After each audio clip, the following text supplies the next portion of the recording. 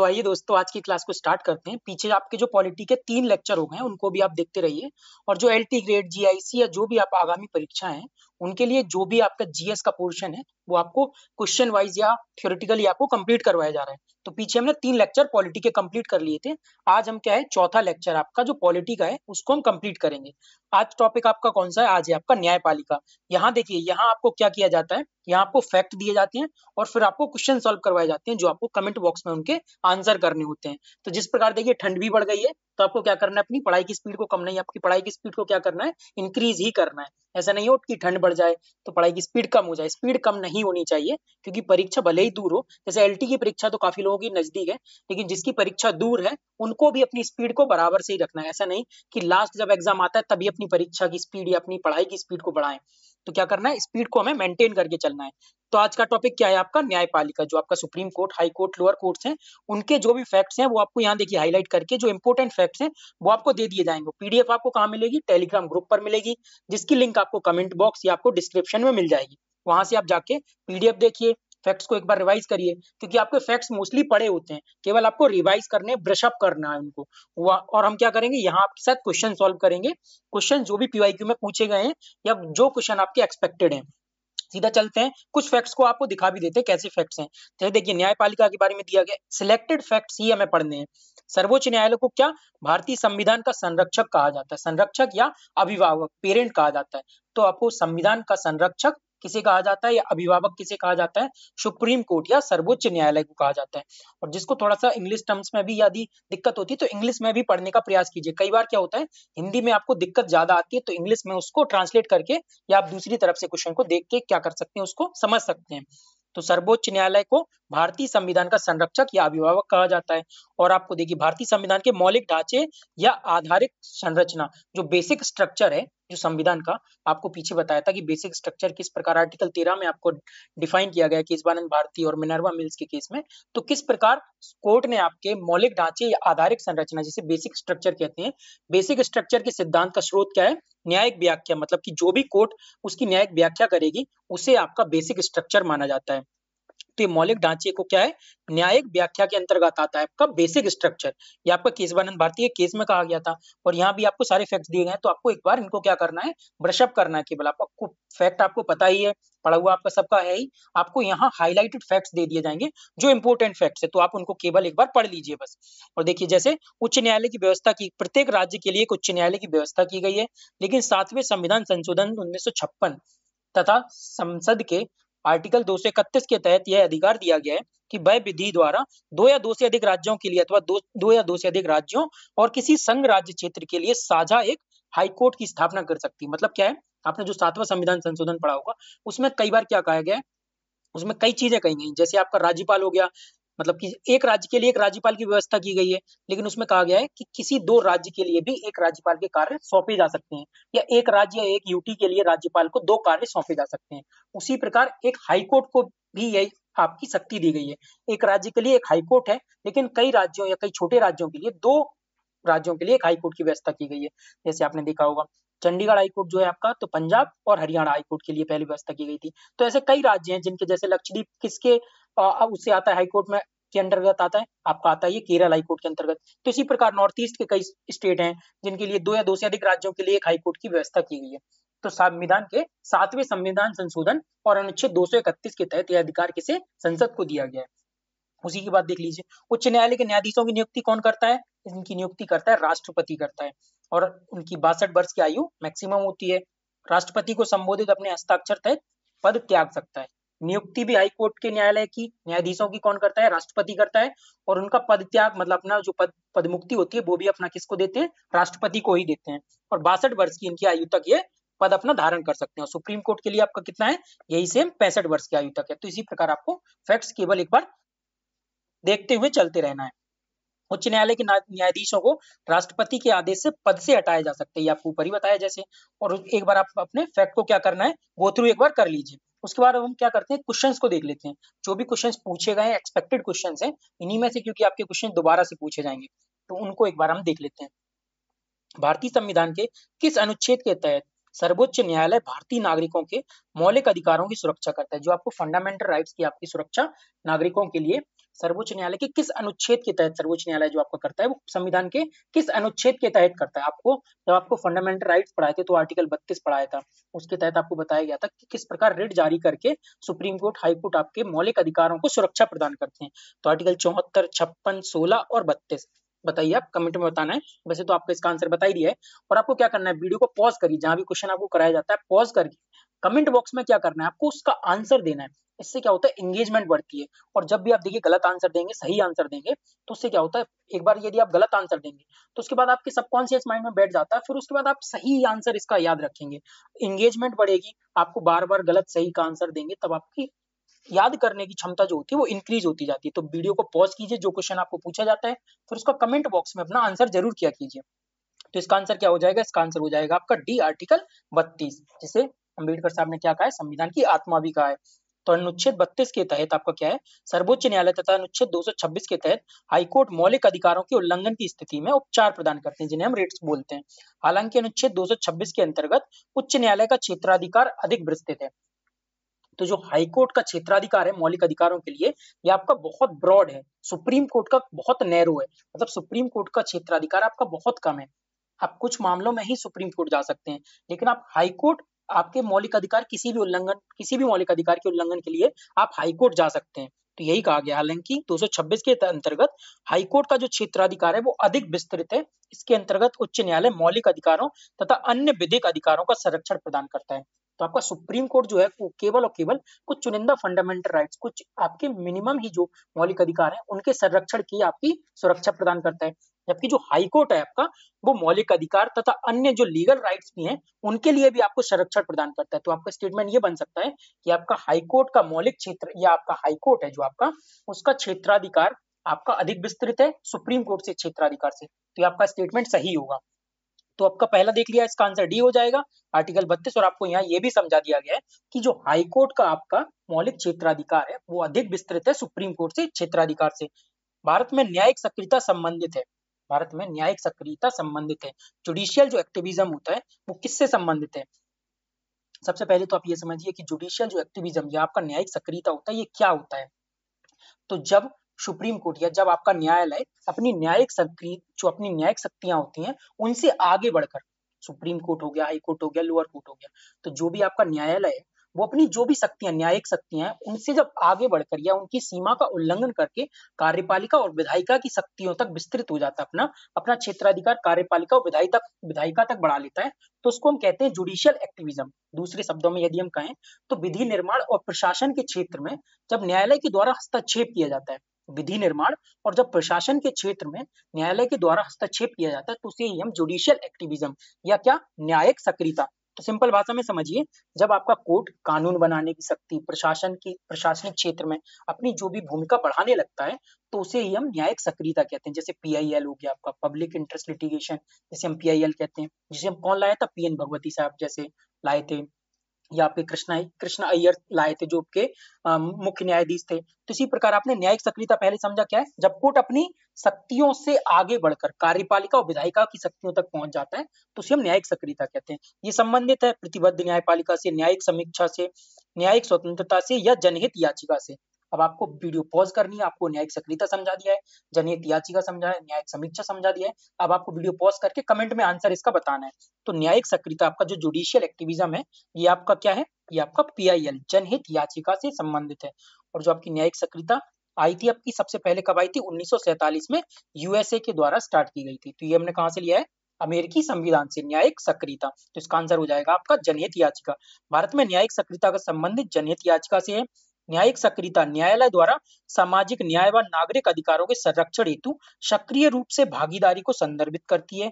शक्तियों का उपयोग इसमें प्राय कार्यपालिका व विधायिका के कार्यों में हस्तक्षेप स्वरूप होता है। जो आपको बताया ना कि जब अपने शक्तियों के क्षेत्राधिकार को उल्लंघन करके या पार करके कार्यपालिका और विधायिका के कार्यों में हस्तक्षेप स्वरूप उसकी शक्ति हो जाती है, तो इसी आपकी न्यायिक सक्रियता कहा जाता है। इसके परिणाम स्वरूप न्यायपालिका लोक नीति निर्माण व सामाजिक परिवर्तन में प्रत्यक्ष योगदान देने का कार्य करती है। इसके तहत न्यायपालिका द्वारा विधायिका और कार्यपालिका के कार्यों की समीक्षा की जाती है।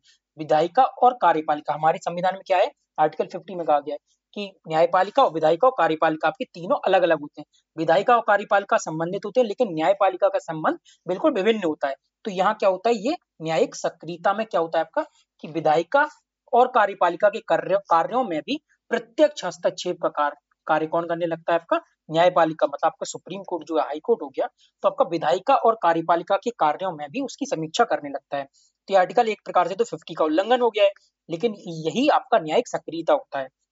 कई बार ये पॉजिटिव भी होता है, कई बार ये नेगेटिव भी होता है। हमें ये मेंस के पॉइंट ऑफ व्यू से नहीं देखना है, लेकिन अभी हमें केवल प्रीलिम्स के पॉइंट ऑफ व्यू से देखना है। अब देखिए भारत में न्यायिक सक्रियता संबंधित है, सेम क्वेश्चन देखिए आपका या यूपी जीआईसी में आया, उसके बाद आपका ये जीआईसी आश्रम पद्धति एग्जाम 2012 में आया। न्यायिक प्रक्रिया है जो आपकी या न्यायिक सक्रियता आपकी संबंधित है किससे, सेम क्वेश्चन है, प्रतिबद्ध न्यायपालिका, न्यायिक समीक्षा, स्वतंत्रता या जनहित याचिका। जनहित याचिका आपको समझाई थी, जो PIL आपकी होती है। उसके बाद देखिए न्यायिक सक्रियता, यहाँ आंसर भी देखते चलिए, इसका देखिए डी आंसर है, जैसे इसका भी सेम आंसर है। उसके बाद देखिए भारत में न्यायिक सक्रियता जनहित याचिका से संबंधित है। उल्लेखनीय है कि भारत में मुख्यतः 1980 के दशक में सर्वोच्च न्यायालय ने की पहल पर जनहित याचिकाओं की शुरुआत की गई, और जनहित याचिका की शुरुआत आपको बताया PN भगवती के द्वारा स्टार्ट की गई थी। अब देखिए चौथा क्वेश्चन देखना है, कमेंट में आंसर आपको जरूर करना है। आंसर करने से आपकी एंगेजमेंट भी दिखती है और हमें भी एक मोटिवेशन मिलता है कि हाँ आप लोग सही आंसर दे रहे हैं, गलत आंसर दे रहे हैं, कुछ सीख रहे हैं। अब देखिए कथन क्या हो गया, भारतीय नागरिकों के अधिकारों को संरक्षित करने में उच्च न्यायालय सर्वोच्च न्यायालय की अपेक्षा बढ़िया स्थिति में है। सेम स्टेटमेंट आपको बताया था कि सुप्रीम कोर्ट की शक्ति कम है और किसकी, हाई कोर्ट की शक्ति आपकी ज्यादा है नागरिकों के अधिकारों को संरक्षित करने में। तो नागरिकों के अधिकारों को संरक्षित करने में उच्च न्यायालय सर्वोच्च न्यायालय high court is greater than supreme court, किसमें, नागरिकों के अधिकारों को संरक्षित करने में। तो ये आपका स्टेटमेंट क्या हो जाएगा, कथन आपका सही हो जाएगा। उसके बाद देखिए सर्वोच्च न्यायालय केवल मौलिक अधिकारों के संरक्षण के लिए ही परमादेश जारी कर सकता है। सर्वोच्च न्यायालय सुप्रीम कोर्ट ओनली आपका फंडामेंटल राइट्स के संरक्षण के लिए ही परमादेश जारी कर सकता है, बिल्कुल सही है। हाई कोर्ट आपके लीगल राइट्स के लिए भी क्या कर सकता है, आपका उसमें संरक्षण देता है, ये भी स्टेटमेंट आपका सही हो गया। तो दोनों कथन और कारण एक दूसरे को भी रिलेट कर रहे हैं, तो इसका आंसर आपका क्या हो जाएगा, ए और आर दोनों सही है, आर ए की सही व्याख्या भी करता है। तो इसका आंसर क्या हो गया, इसका आंसर हो गया आपका ए। कमेंट में आपको आंसर भी करना है पॉज करके। अब यहाँ व्याख्या देख लेते हैं। भारतीय नागरिकों के अधिकारों को संरक्षित करने में उच्च न्यायालय सर्वोच्च न्यायालय की अपेक्षा अच्छी स्थिति में, जो आपको बताया है। आर्टिकल 226 के तहत सुप्रीम कोर्ट या आर्टिकल 226 के तहत हाई कोर्ट को मूल अधिकारों के परिवर्तन के अतिरिक्त अन्य प्रायोजनों के लिए भी रिट जारी करने की शक्ति प्रदान है। मतलब केवल फंडामेंटल राइट्स के लिए ही नहीं हाई कोर्ट आपका रिट जारी करेगा, अन्य प्रायोजनों के लिए भी आपका रिट जारी करने की शक्ति प्राप्त करता है, जो कि सर्वोच्च न्यायालय को प्राप्त नहीं है। आपका सुप्रीम कोर्ट केवल मौलिक अधिकार, आपके जो फंडामेंटल राइट्स हैं उनके लिए ही रिट जारी कर सकता है, जबकि आपका हाई कोर्ट मौलिक अधिकार और उसके बाद अन्य जो प्रायोजन है जैसे लीगल राइट्स है उनके लिए भी रिट जारी कर सकता है।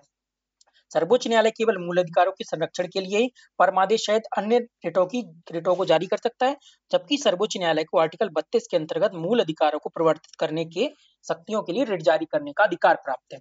सुप्रीम कोर्ट केवल आर्टिकल 32 के अंतर्गत जो मूल अधिकार है उनको परिवर्तित कराने हेतु ही रिट जारी कर सकता है, लेकिन जो आपका हाई कोर्ट है वो आपका लीगल राइट्स में भी कर सकता है, फंडामेंटल राइट्स में भी कर सकता है, और भी जितने राइट्स हैं उनके लिए रिट जारी कर सकता है। रिट आपको बता ही दिया था, रिट 5 प्रकार की होती है। यदि जिनको नहीं पता है एक बार कमेंट बॉक्स में जाइए, पीछे की वीडियो देखिए। आपको एंगेजमेंट बढ़ानी है, एंगेजमेंट बढ़ाने से क्या होगा, आपके सीखने की भी क्षमता बढ़ती है। तो आप बताइए कितने 5 प्रकार के तो रेट्स होते हैं, आपको बता दिया है। आपको कमेंट में बताना है कितने रेट्स, मतलब 5 प्रकार के जो रेट्स होते हैं उनके आप नाम बताइए, कौन कौन से 5 प्रकार के रेट्स होते हैं। भारत में किसी राज्य के राज्यपाल को पद और गोपनीयता की शपथ कौन दिलाता है। राज्यपाल को पद और गोपनीयता की शपथ, मतलब एक प्रकार से ये समझिए कि राज्यपाल को शपथ कौन दिलाता है। भारत का राष्ट्रपति, भारत का उपराष्ट्रपति, राज्य के उच्च न्यायालय का मुख्य न्यायाधीश, मतलब स्टेट का जो हाई कोर्ट है उसका मुख्य न्यायाधीश, या राज्य की विधानसभा का अध्यक्ष। पॉज कीजिए वीडियो और इसका आंसर आपको कमेंट में करिए। बहुत बार क्वेश्चन ये पूछा जाता है, बहुत इंपॉर्टेंट क्वेश्चन है कि राज्यपाल को शपथ कौन दिलाता है, राष्ट्रपति, जैसे पीछे की क्लास में हमने क्या किया था कि राष्ट्रपति को शपथ कौन दिलाता है, राष्ट्रपति को शपथ कौन दिलाता है, मुख्य न्यायाधीश दिलाता है।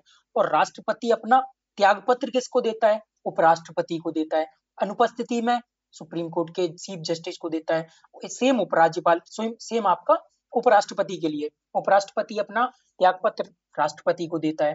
तो यही आपका जो आपको पीछे बताया था, सेम ऐसे ही आपका राज्यपाल का है। राज्यपाल अपना पद और गोपनीयता की शपथ राज्यपाल को कौन दिलाता है, तो इसको राज्य के उच्च न्यायालय का मुख्य न्यायाधीश, मतलब कि जो हाई कोर्ट का मुख्य न्यायाधीश होता है, इसको राज्यपाल को शपथ दिलाता है, और राज्यपाल अपना त्याग पत्र किसको देता है, ये आपको कमेंट में बताना है। इसे ही ऐसे ही आपकी एंगेजमेंट बढ़ेगी, सीखने की क्षमता बढ़ेगी। इसी प्रकार और भी चीजें सीखी जा सकती हैं, कुछ नई चीजें इसी प्रकार सीखी जाती हैं। तो इसका आंसर आपने देखा होगा, इसका आंसर क्या हो गया आपका, इसका आंसर हो गया सी। राज्यपाल अपने पद और गोपनीयता की शपथ किसके द्वारा लेता है, उसको देता है उच्च न्यायालय का, हाई कोर्ट का मुख्य न्यायाधीश। देखिए, अनुच्छेद 159 के अनुसार राज्यपाल अपने पद ग्रहण करने से पूर्व उस राज्य के संबंध में अधिकारिकता का प्रयोग करने वाले उच्च न्यायालय के मुख्य न्यायाधीश या उसकी अनुपलब्धता में उच्च न्यायालय के उपलब्ध वरिष्ठतम न्यायाधीश, यदि आपका जो मुख्य न्यायाधीश है वो उपलब्ध नहीं है, उस समय नहीं है, तो उनको शपथ कौन दिलाएगा, उच्चतम जो उच्च सॉरी आपका हाई कोर्ट है, हाई कोर्ट में जो उपलब्ध आपका वरिष्ठतम न्यायाधीश, जो भी आपका सीनियर जज होगा, उसके समक्ष क्या लेगा, शपथ लेगा, कौन, राज्यपाल। याद रखिए। और ये बताइए, राज्यपाल अपना त्याग पत्र किसको सौंपता है, ये आपको कमेंट में बताना है। यहाँ से आपका कोर्ट का सेक्शन, जो आपका सुप्रीम कोर्ट, हाई कोर्ट से इनके सेक्शन खत्म होते हैं। और यदि आपको बहुत ही आपका कमजोर सेक्शन है, तो यहाँ आपको हाईलाइट करके कुछ पॉइंट्स दिए गए हैं, ये एक बार जो आपको पीडीएफ मिल जाएगी, तो आप इनको क्या करिए, गो थ्रू कर लीजिए, जिससे आपको और भी फैक्ट्स याद हो जाएंगे। उसके बाद देखते हैं केंद्र राज्य संबंध, देखते हैं। आपको पता है अंतर्राज्यीय परिषद होती है जो इंटर स्टेट काउंसिल, ये आपकी कब है, 1990 में बनाई गई थी, सरकारी आयोग की सिफारिश पर बनाई गई थी। जो फैक्ट जिसको नहीं पता है, एक बार पढ़ लीजिए, देख लीजिए। 1990 में बनाई गई है, सरकारी आयोग के द्वारा बनाई गई है। इसका अध्यक्ष आपका प्रधानमंत्री जी होते हैं। सभी राज्यों के मुख्यमंत्री, यूटीज के मुख्यमंत्री, या जहां विधानसभा या संघ के, मतलब कि जो आपके प्रशासक हैं, जैसे दिल्ली के आपके लेफ्टिनेंट गवर्नर हो गए, तो इस प्रकार जो भी प्रशासक है वहां के, वो क्या होते हैं, इसके उपाध्यक्ष होते हैं। सभी राज्यों के मुख्यमंत्री जिनकी यहाँ विधानसभा, और संघ राज्यों के प्रशासक जिनकी यहाँ विधानसभा नहीं है, इसके क्या होते हैं, सदस्य होते हैं। इसके अतिरिक्त केंद्रीय मंत्रिपरिषद में प्रधानमंत्री द्वारा नामांकित किए गए मंत्रिमंडल स्तर पर 6 मंत्री भी इसके सदस्य होते हैं। तो इसके सदस्य आपको बताया, सीएम, या जो आपके यूटीज होते हैं उनके प्रशासक, मंत्रिपरिषद में प्रधानमंत्री द्वारा नामांकित किए गए मंत्रिमंडल स्तर पर 6 मंत्री भी इसमें सदस्य होते हैं। इसके मेन आपको याद रखना है, इंटरस्टेट काउंसिल या जो अंतरराज्यीय आपकी परिषद होती है, उसकी स्थापना किस आयोग के द्वारा की गई है, कब इसकी स्थापना की गई है, इसके अध्यक्ष कौन होते हैं। ठीक है, ये हो गया। उसके बाद देख लीजिए, संविधान में अनुच्छेद 239 239 डबल ए द्वारा दिल्ली के संबंध में विशेष उपबंध किए गए, ये आपको आर्टिकल याद रखना है, 239 डबल ए। ये आपको काफी बार पूछा जाएगा, ये आपको याद रखना है। दिल्ली जो यूटी है, उसी के अंतर्गत इसको विशेष उपबंध किए गए। दिल्ली को राष्ट्रीय राजधानी दिल्ली क्षेत्र भी कहा गया है, इसके ही अंतर्गत आपको सेम यहाँ फैक्ट्स दिए गए, आपको ये भी पढ़ना है आपको। और आपको ये भी पता है, भाग 11, भाग तो आपको सारे याद होंगे, भाग 11 में और संघ और राज्य की शक्तियां दी गई हैं, भाग 12 में आपको वित्तीय शक्तियां दी गई हैं। तो इस प्रकार आपको ये सारे फैक्ट्स यहाँ दिए गए, एक बार इनको गो थ्रू कर लीजिए। हम सीधा क्वेश्चन देख लेते हैं, और जहाँ क्वेश्चन में जो एक्सप्लेन करने का आपको जरिया मिलेगा, तो हाँ, वहां को एक्सप्लेन करके भी बताया जाएगा। तो आपका पहला क्वेश्चन क्या है, निम्नलिखित में से किस वर्ष में भारत में अंतरराज्यीय परिषद की स्थापना की गई है। अभी आपको यही स्टार्टिंग में बताया गया था कि अंतरराज्यीय परिषद की स्थापना किस वर्ष की गई है, आपकी की गई है 1990 में। किस वर्ष की गई है आपकी, 1990 में आपको अंतरराज्यीय परिषद की स्थापना की गई है। उसके बाद देखते हैं दूसरा क्वेश्चन क्या है, दिल्ली को अद्वितीय विशिष्टता प्राप्त है। दिल्ली को अद्वितीय विशिष्टता प्राप्त है राष्ट्रीय राजधानी होने के कारण, क्षेत्रीय आयामों के होने के कारण, राज्य का दर्जा होने के कारण, अंतरराष्ट्रीय कार्यक्रमों के लिए एक स्थान होने के कारण। जो आपको 4 विशिष्टताएं दी गई हैं, पूछा गया है इनमें से कौन सा कथन सही है, सही उत्तर का चयन करना है। देखिए, राष्ट्रीय राजधानी तो है, इसीलिए विशिष्टता प्राप्त है इसे। क्षेत्रीय आयामों के होने के कारण, क्षेत्रीय ऐसे आयाम भी हैं, देख रहे होंगे आप।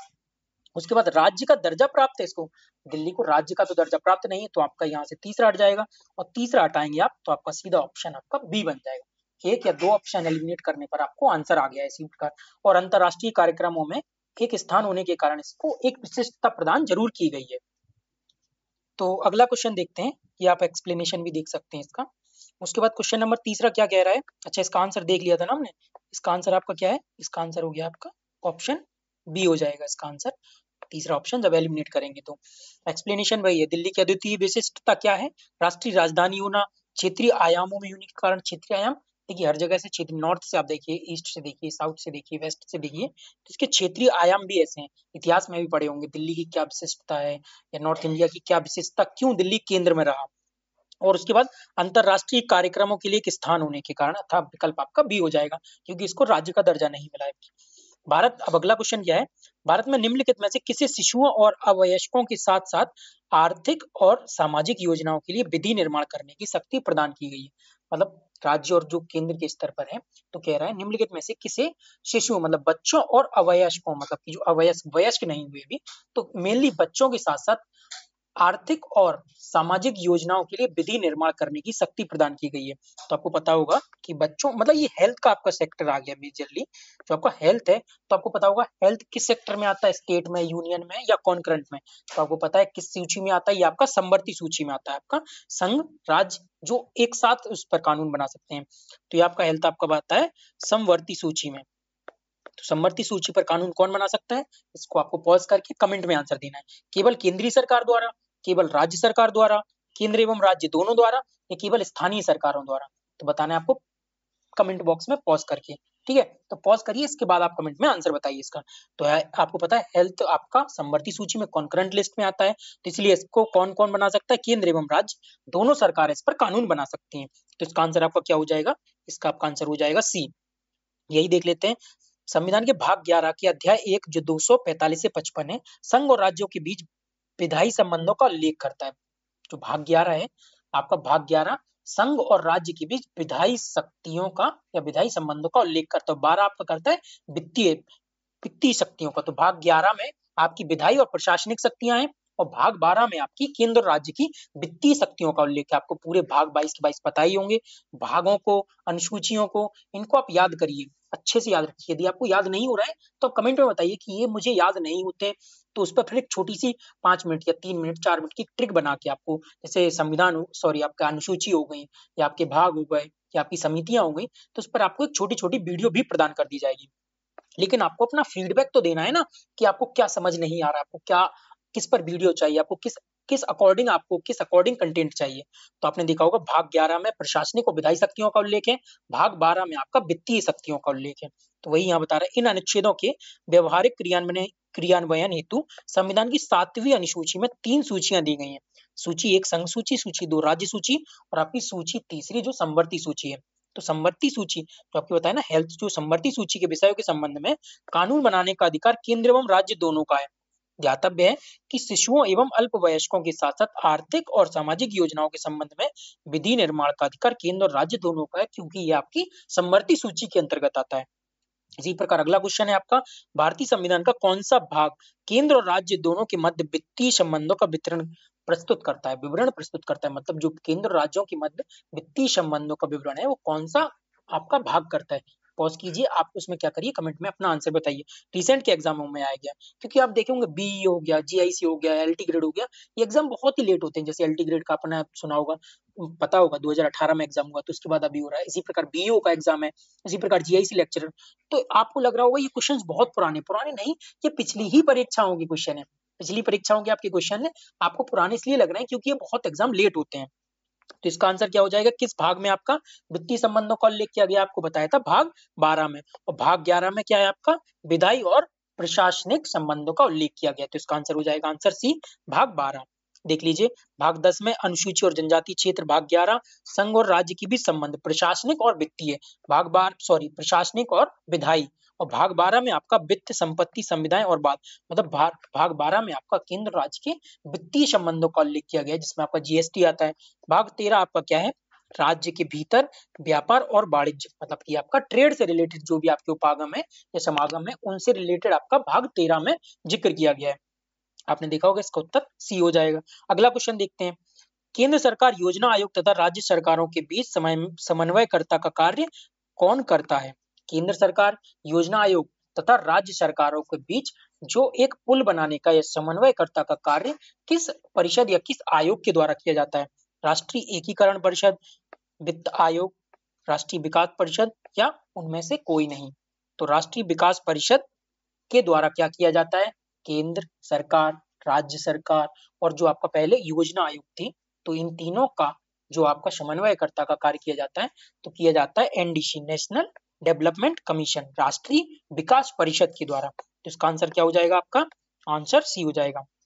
योजना एक्सप्लेनेशन भी देख लेते हैं। योजना के निर्माण में राज्यों की भागीदारी होनी चाहिए। इस विचार को स्वीकार करते हुए राज्य सरकार ने एक प्रस्ताव 6 अगस्त 1952 को राष्ट्रीय विकास परिषद, अब आपसे ये भी पूछा जाएगा, ये हाईलाइट कर लीजिए कि आपका राष्ट्रीय विकास परिषद का आपका उल्लेख या राष्ट्रीय विकास परिषद का गठन कब किया गया था? 1952 में राष्ट्रीय विकास परिषद का गठन हुआ।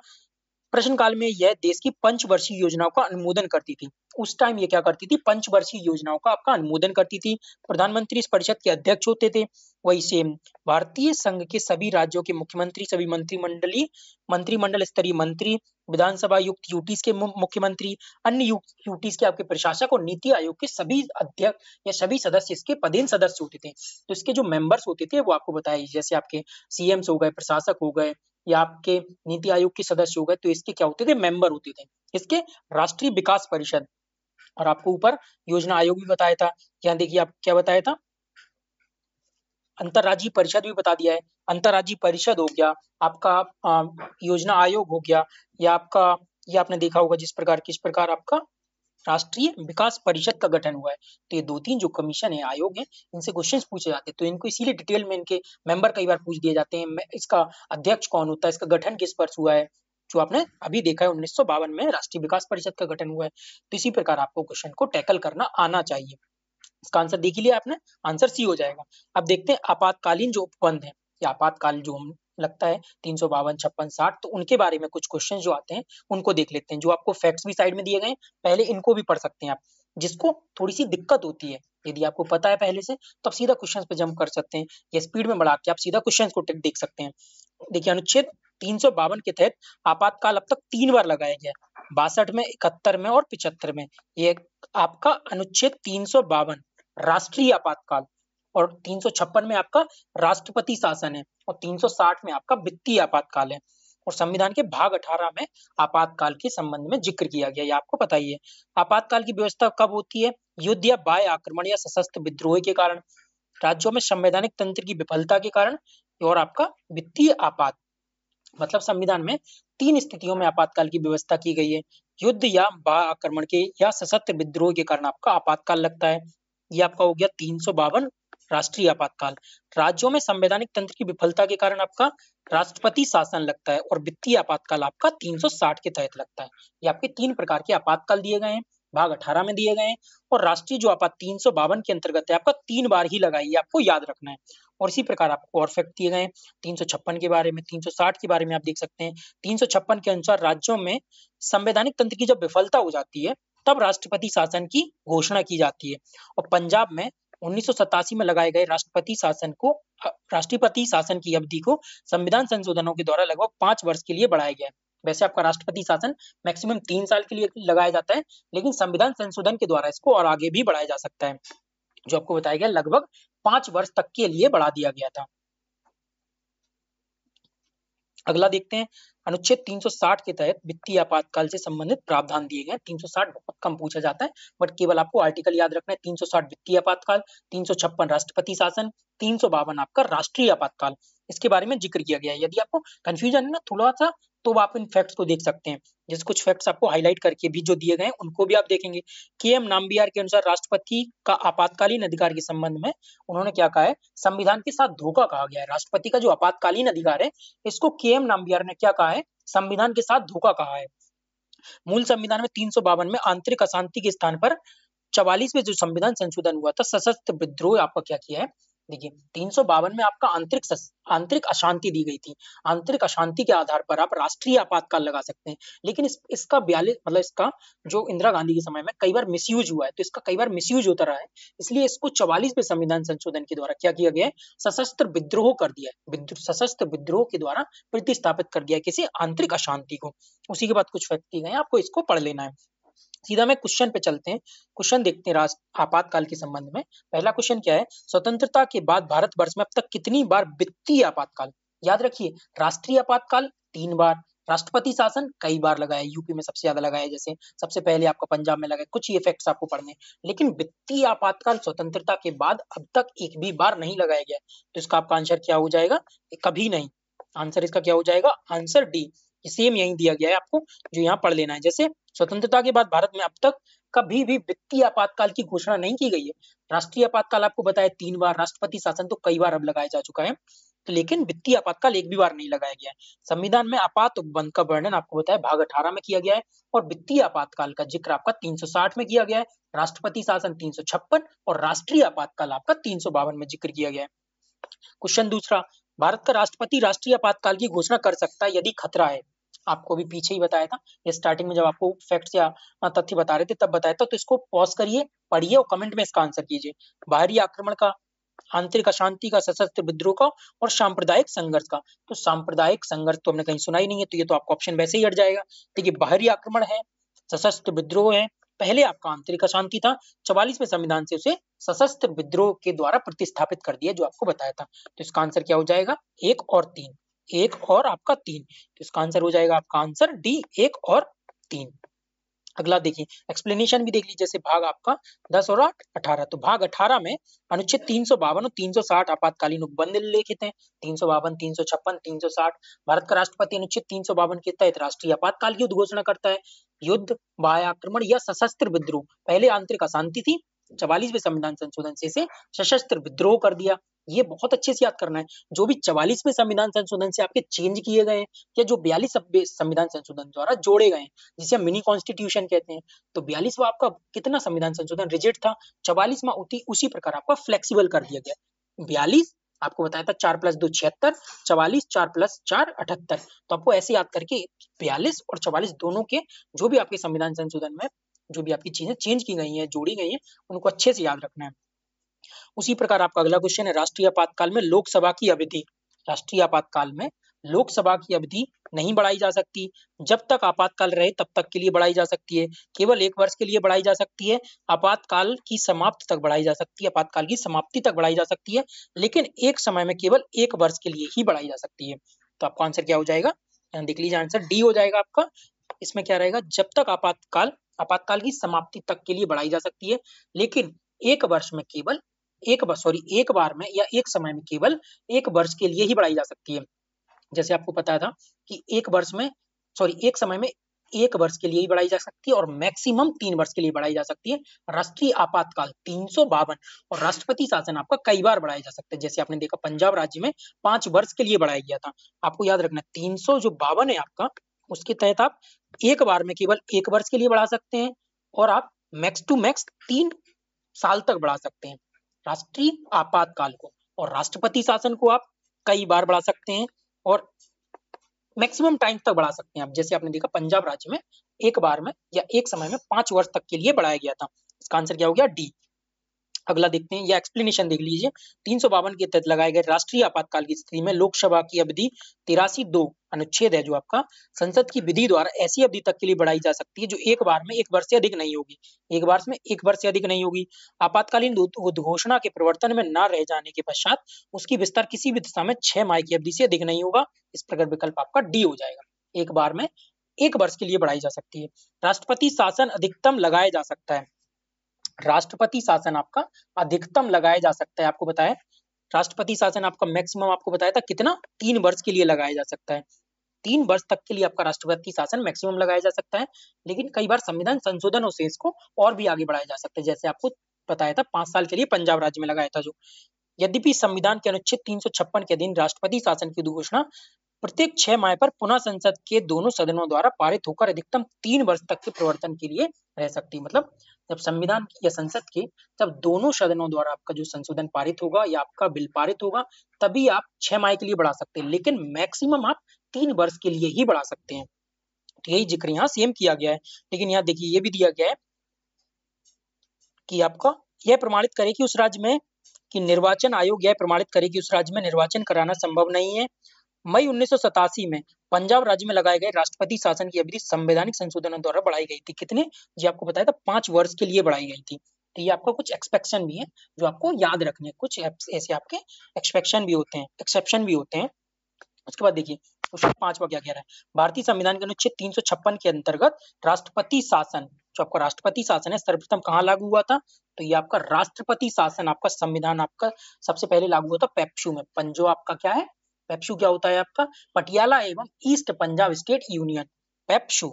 राज्य में सबसे पहले आपका 1953 में ये लागू किया गया था। तो इसका आंसर क्या हो जाएगा? इसका आंसर हो जाएगा आपका सी, पेप्सू में इस प्रकार के क्वेश्चन पूछे जाते हैं, इसलिए थोड़ा सा दिमाग पर ब्रशअप करके याद करके आप चल सकते हैं।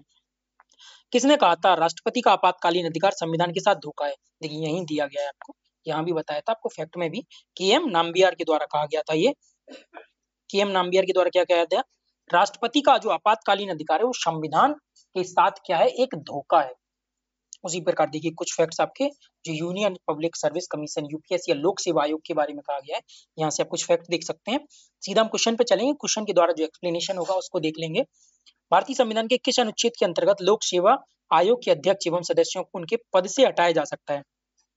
लोक सेवा आयोग के अध्यक्षों और उनके सदस्यों को उनके पद से हटाया जा सकता है। 315 से लेकर आपके जो लोक सेवा आयोग है उनके बारे में जिक्र किया गया है। तो ये आर्टिकल आपके किस में दिया गया है? 317 में दिया गया है। तो इसका आंसर क्या हो जाएगा? अनुच्छेद 317, यहाँ इसका एक्सप्लेन किया गया है, थोड़ा सा देख सकते हैं आप। अब अगला क्वेश्चन देखते हैं।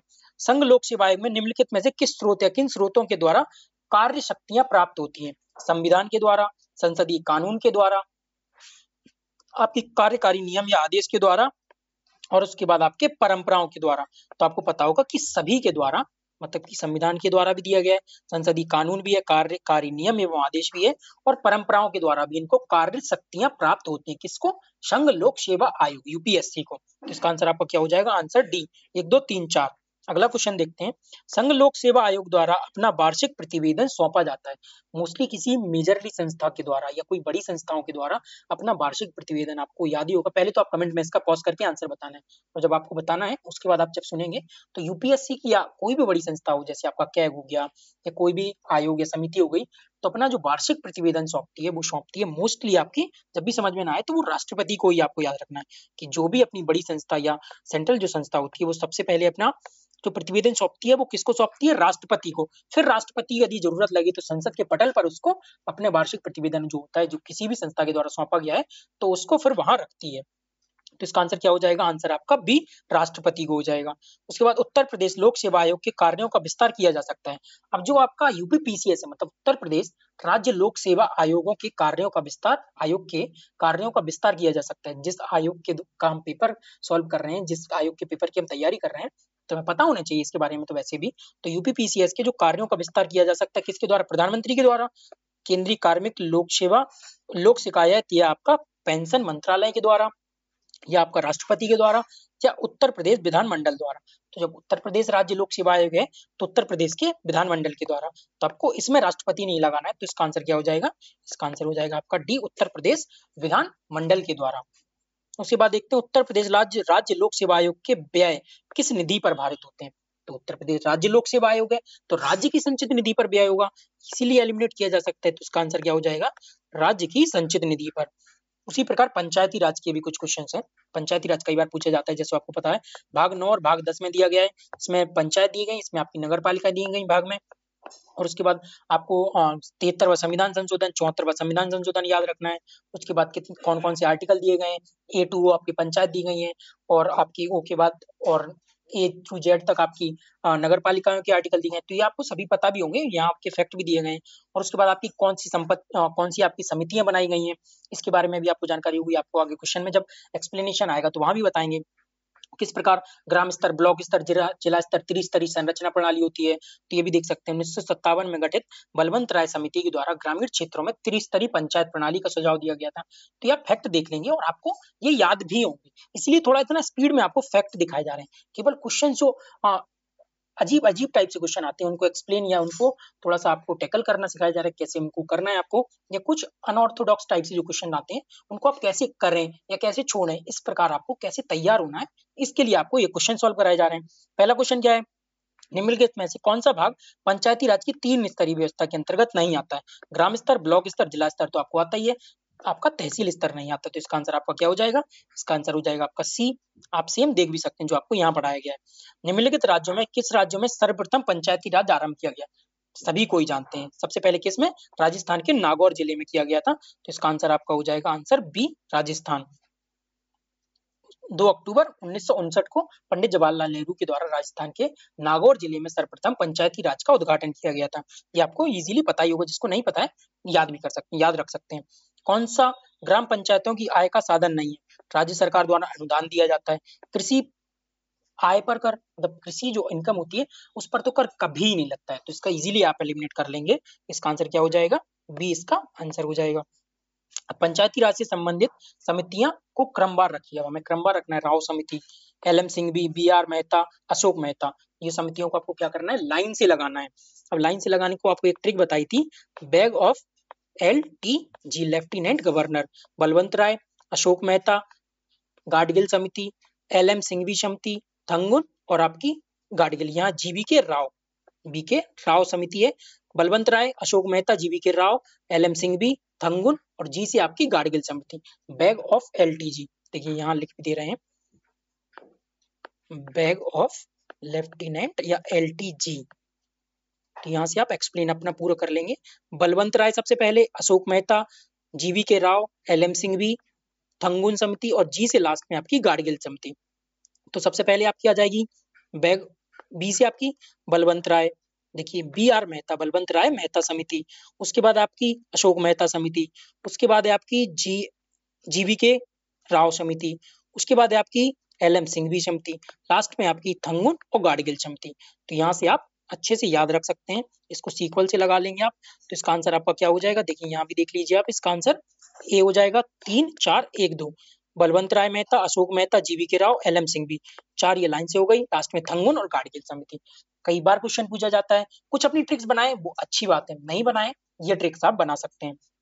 तो यहाँ से आपको याद हो जाएगा bag of LTG lieutenant governor, ऐसे आप याद रख सकते हैं।